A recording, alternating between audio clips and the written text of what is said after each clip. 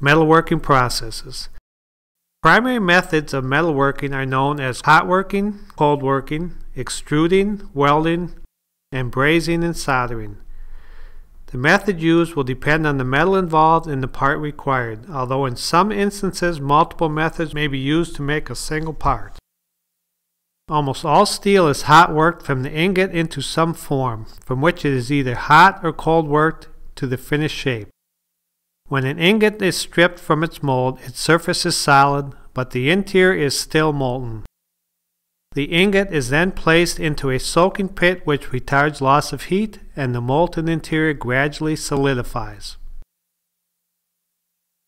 Cold working applies to mechanical working performed at temperatures below the critical range.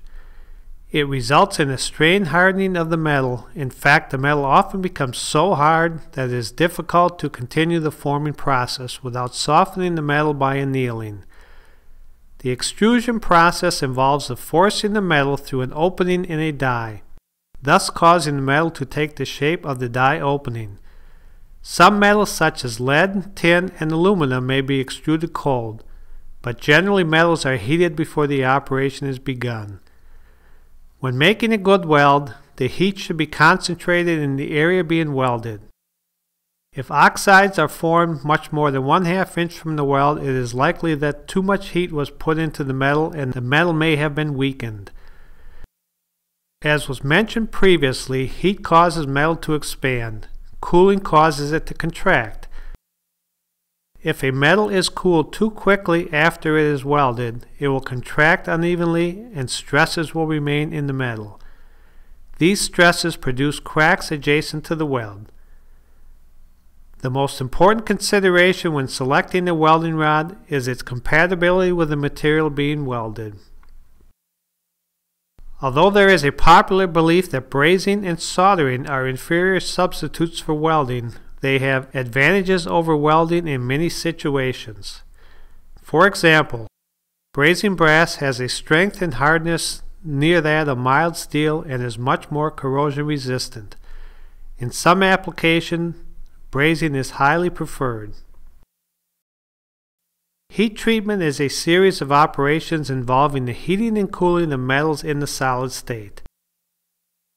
Its purpose is to change a mechanical property or combination of mechanical properties so that the metal will be more useful, serviceable, and safe for a definite purpose. By heat treating, a metal can be made harder, stronger, and more resistant to impact. Heat treating can also make a metal softer and more ductile. No one heat treating operation can produce all of the characteristics. In fact, some properties are often improved at the expense of others. In being hardened, for example, a metal may become more brittle. Changing the internal structure of a ferrous metal is accomplished by heating to a temperature above its upper critical point, holding it to the temperature for a time sufficient to permit certain internal changes to occur, and then cooling the atmospheric temperature under predetermined controlled conditions.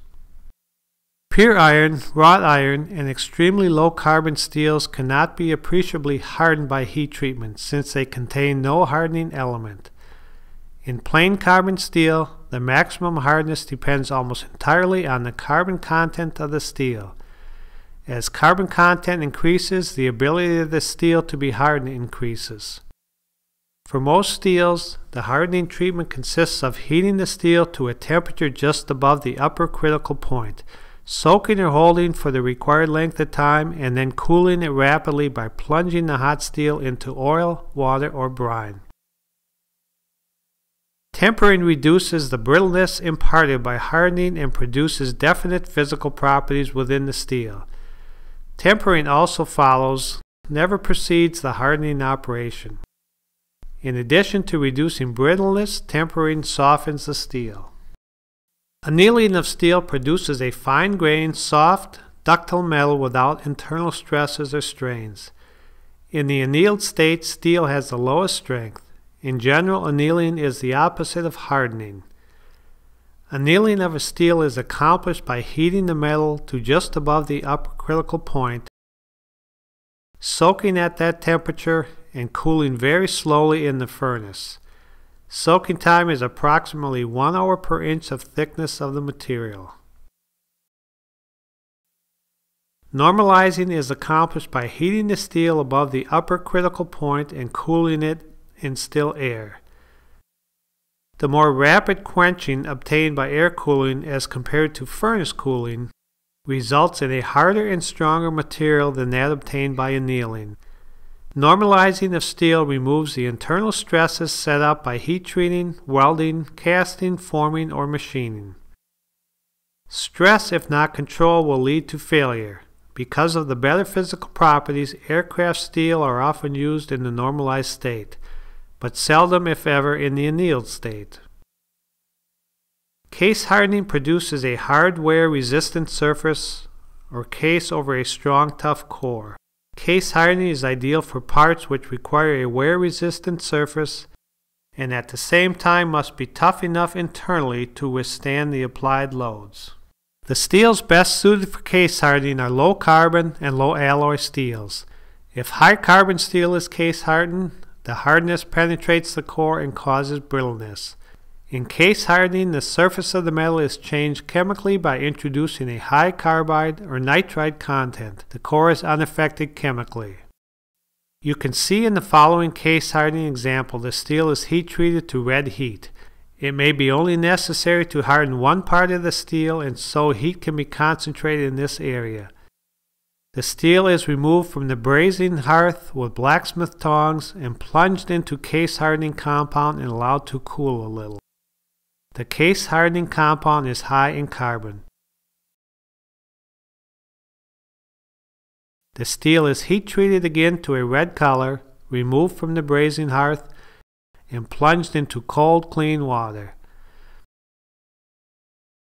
The steel rod should now have a hardened outer surface and a flexible, soft interior. The process can be repeated to increase the depth of the hardened surface.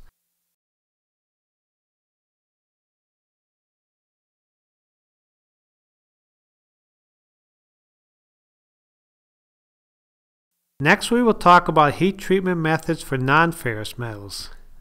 There are two types of heat treatments applicable to aluminum alloys. One is called solution heat treatment, and the other is known as precipitation heat treatment. Some alloys such as 2017 and 2024 develop their full properties as a result of solution heat treatment followed by about 4 days of aging at room temperature. Other alloys such as 2014 and 7075 require both heat treatments. With clad aluminum alloy sheets, the manufacturer specifies the number of times clad sheets can be heat treated. Typically, they allow the sheet to be heat treated only 1 to 3 times. Magnesium alloy castings respond readily to heat treatment, and about 95% of the magnesium used in construction is in the cast form. The heat treatment of magnesium alloy castings is similar to the heat treatment of aluminum alloys in that there are two types of heat treatment: solution heat treatment and precipitation, or sometimes called aging heat treatment.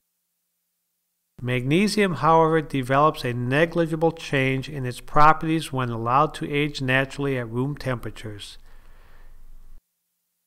Titanium is heat treated for the following purposes: relief of stresses set up during cold forming or machining, annealing after hot working or cold working, or to provide maximum ductility for subsequent cold working, and thermal hardening to improve strength. When working with metal, it is important to remember the following concepts. When bending metal, the material on the outside of a curve stretches, while the material on the inside of the curve compresses. There is a location near the middle of the metal thickness that neither shrinks nor stretches. This is called the neutral line or neutral axis of the material. When a bar is subjected to a pure bending moment as shown here, it is observed that the axial lines bend to form circumferential lines and transverse lines remain straight and become radial lines.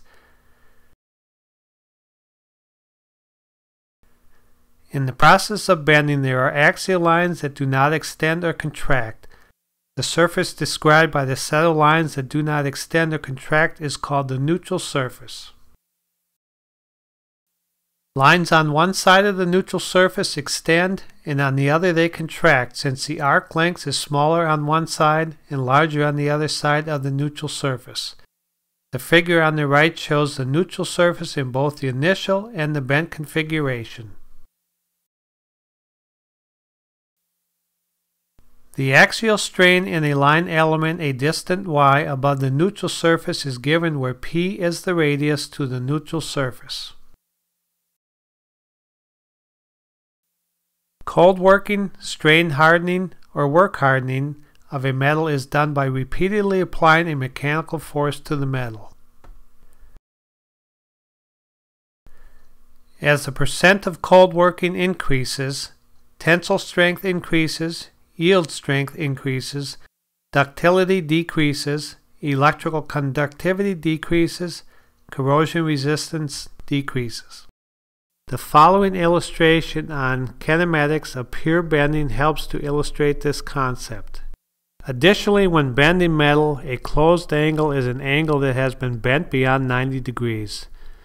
Note that angle of bend is the angle through which the material has actually been bent.